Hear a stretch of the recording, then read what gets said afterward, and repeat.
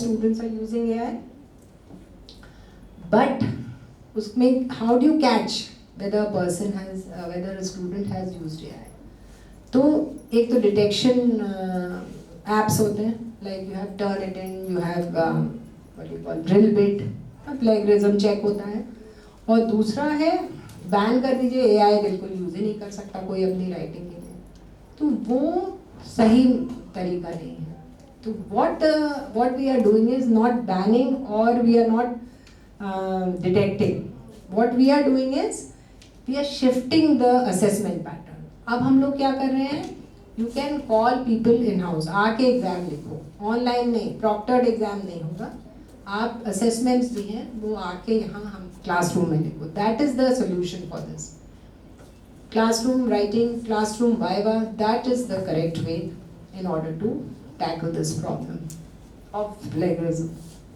Just let me complete quickly. Next speaker is now. So I'll just complete this with this and let's go to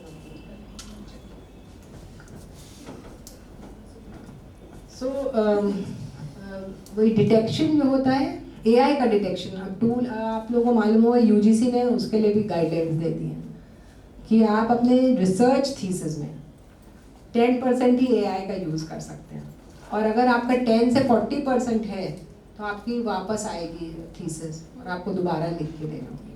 but I have heard a lot of students complain that जो ये false positive दे रहा है, जो खुद लिख रहे हैं उसको AI दिखा रहा है, जब AI दिख रहे हैं तो ठीक है चल रहा है. I have heard from a lot of students who are complaining this. So what is the way out? I don't know. That means तुम AI लिख के दो और वही नहीं डिटेक्ट कर पाएगा.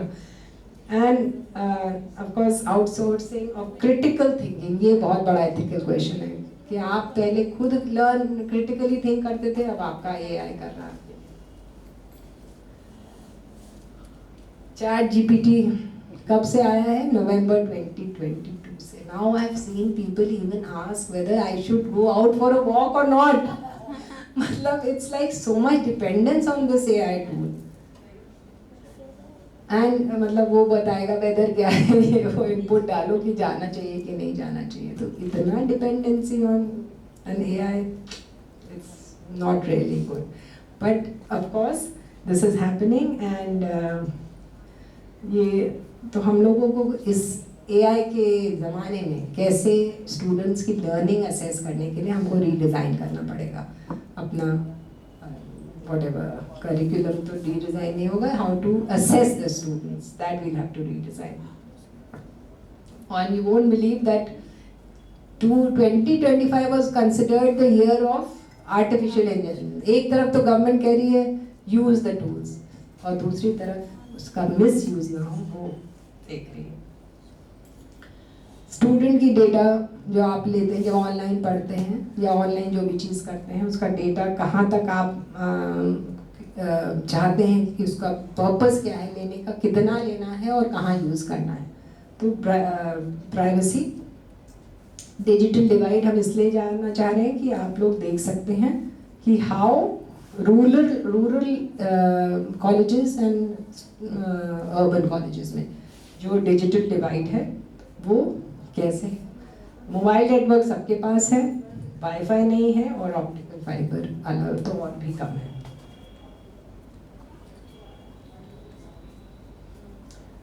उत्तर प्रदेश का क्या नेशनल डिजिटल पिक्चर है? उत्तर प्रदेश में 40% है और नेशनल एवरेज 70% है. Goa and Kerala are leading in this national digitalisation.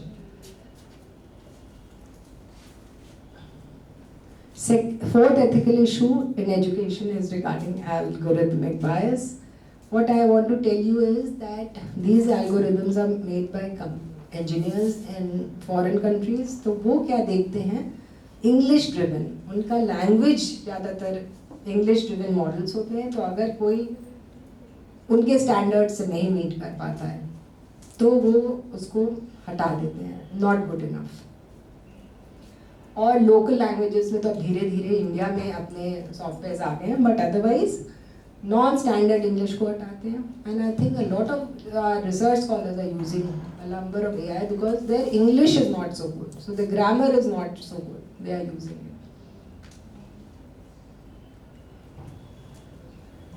Okay, this also case you all must know. And बहुत जल्दी इसमें एक्शन लिया था सुप्रीम कोर्ट ने. नेशनल लॉ स्कूल जो बैंगलोर का है, दे हैड कंडक्टेड सितंबर 2020 में, बिकॉज उस समय कोविड आ गया था. तो उन्होंने कहा कि एंट्रेंस हम AI प्रॉक्टर्ड करा लेते हैं.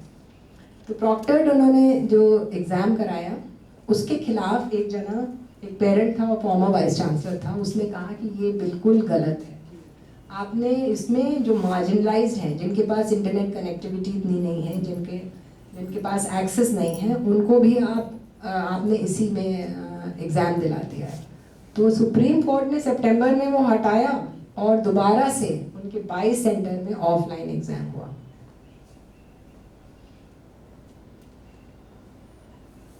Yes, commercial pressure. अब क्या हो रहा है, जो बायजूज़ में हुआ कि लोगों को डिग्री लेने के लिए उनके बच्चों को पेरेंट्स के पास गए कि आप लोन्स ले लीजिए, हम लोन्स आपको कम उसमें देंगे और इजी EMI रिप्लेसमेंट होगा. That commercial pressure, parents have anxiety, parents have इसी पे उन्होंने फ़ायदा उठाया उसका. पेरेंट्स की एंजाइटी अपने बच्चे को लेके, और उन्होंने ऐसे अपने sales, they have commercialized the entire education. And loans as affordable EMIs, market outpaced evidence, and child का data जो है उन्होंने बहुत ज़्यादा growth metric के लिए यूज़ किया. From ed to tech to just sales.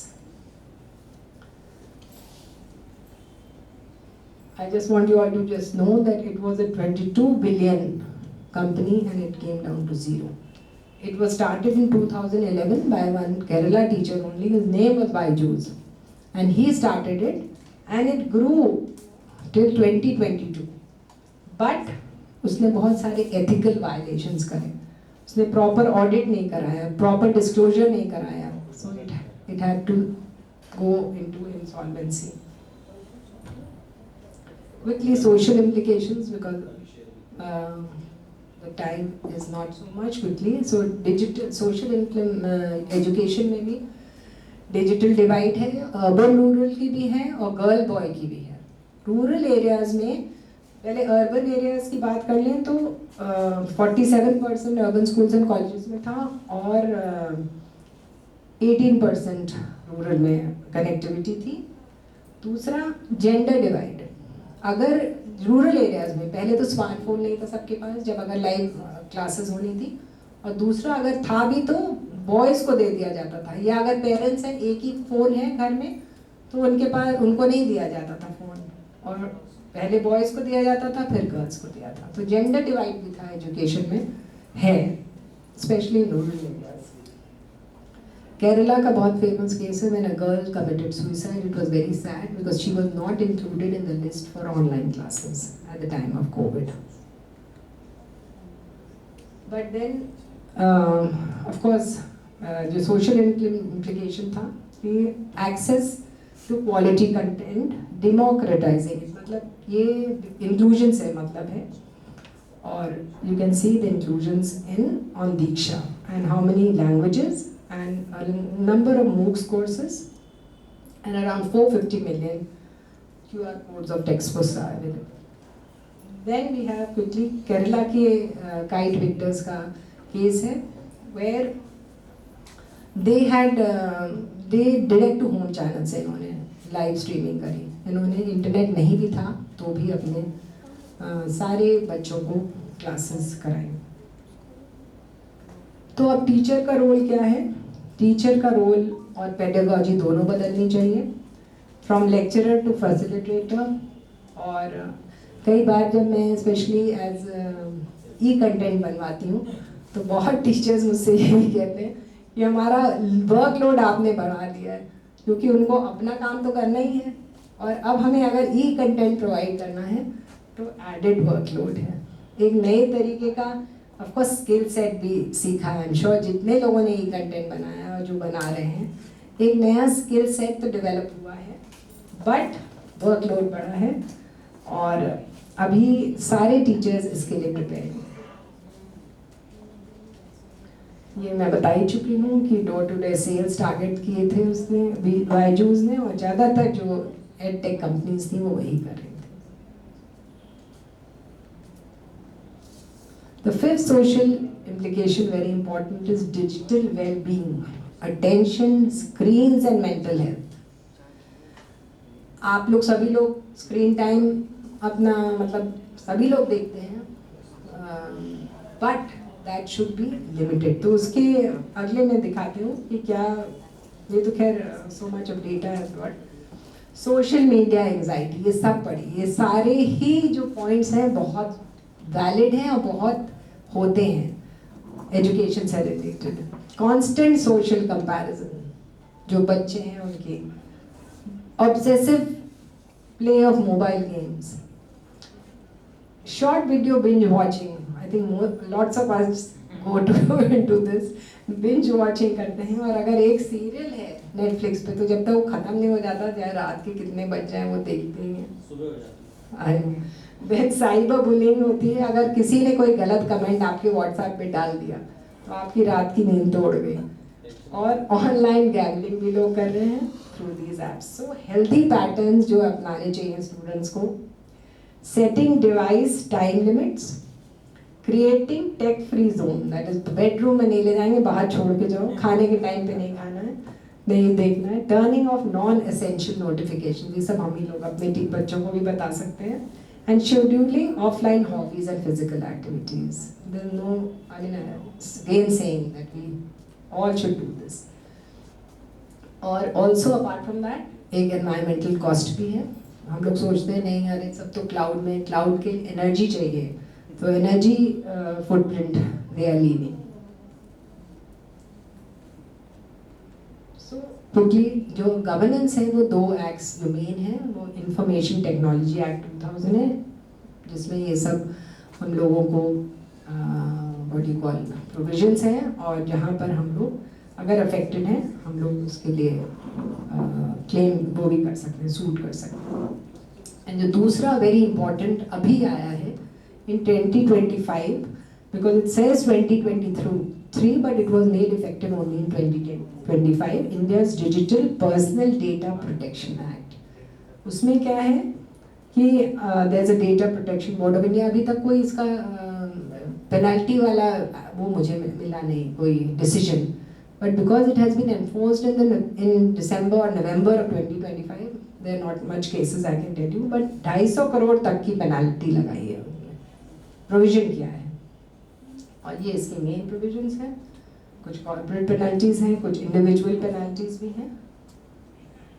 As educators what we can do, I have already given you a thing, and सबसे ज़्यादा ज़रूरी है जो लीस्ट कनेक्टेड बच्चा है उसको ध्यान में रखते हुए एआई पॉलिसी बननी चाहिए। 5 main pillars of ethical digital transformation are: firstly, consent, that means आप अपना डेटा के लिए कंसेंट दे रहे हैं, फेयरनेस है, ट्रांसपेरेंसी है, इंक्लूजन है और अकाउंटेबिलिटी है। These are 5 pillars for ethical digital transformation. I would have loved you to do this group activity, I thought, but there is lack of some time. But otherwise, I would have surely divided you into some groups. I have also got a quiz for you all, which ma'am can do it whenever, whenever you all have time. You can answer that quiz, right? So just remember these 5 things before I conclude. Firstly, technology is never neutral. आप सोचें कि बड़ा objective है, नहीं, जो पुराने historical data पे ही वो होता है, so it always has someone's choices and assumptions, so technology is never neutral. दूसरा, algorithm degrade, हम लोग कहें अपनी गलती ना मान के कि algorithm ने किया है, that's no defense. तीसरा, digital divide अभी खत्म नहीं हुआ है, अभी भी बहुत difference है in terms of access, in terms of speed, in terms of skill and in terms of readiness. The fourth is, before adopting any tool, you have to ask these 5 questions: whether you have given consent, whether there is fairness, whether there is transparency, whether there is inclusion, and whether there is accountability.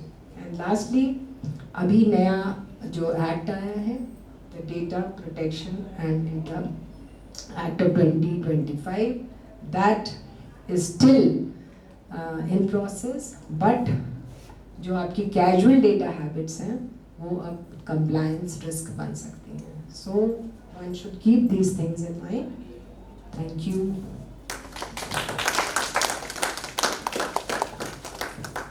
Thank you so much, ma'am.